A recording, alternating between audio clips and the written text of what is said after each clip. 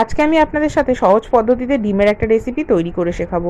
ডিম তো আমরা সহজেই খুব সহজ পদ্ধতিতে বানাই এবং খেতেও আমরা খুব ভালোবাসি, খুব চটজলদি রান্নাও হয়। তো এই রান্নাটা অবশ্যই একবার ট্রাই করে দেখবেন। প্রথমে কড়াইতে তেল দিয়ে কালো জিরে ফোড়ন দিয়ে এর মধ্যে দিয়ে দিলাম পেঁয়াজ, আদা, রসুন আমি এখানে গ্রেট করে দিয়ে দিলাম। এরপর দিলাম পরিমাণ মতো নুন আর হলুদ গুঁড়ো, নাড়াচাড়া করে নিয়ে এর মধ্যে দিয়ে দেবো লঙ্কার গুঁড়ো আর দিয়ে দেবো স্বাদ অনুযায়ী চিনি।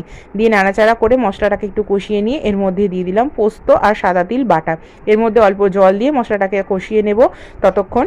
এবার এর মধ্যে আমি সেদ্ধ করা ডিমগুলোকে খুন্তির সাহায্যে এইভাবে 3 থেকে 4টে জায়গা ছোট ছোট করে চিড়ে দিয়ে দিলাম, যার মধ্যে মশলাটা সহজেই ঢোকে। এবার এর মধ্যে আমি দিয়ে দিলাম নারকেল কোড়ার থেকে দুধটা বের করে নিয়েছি। আপনারা চাইলে নারকেলটা কুড়েও ব্যবহার করতে পারেন, তবে দুধটা দিলে কিন্তু রান্নাটা বেশি টেস্ট হয়। তো নারকেলের দুধটা এবার আমি এর মধ্যে দিয়ে দেব। দিয়ে আমি এটাকে ফুটতে দেব ঢাকা দিয়ে। কিছুক্ষণ ফোটার পর ওপর থেকে ধনেপাতা আর ঘি দিয়ে নামিয়ে নেব। এই রেসিপিটা কিন্তু গরম ভাতে দারুণ লাগে।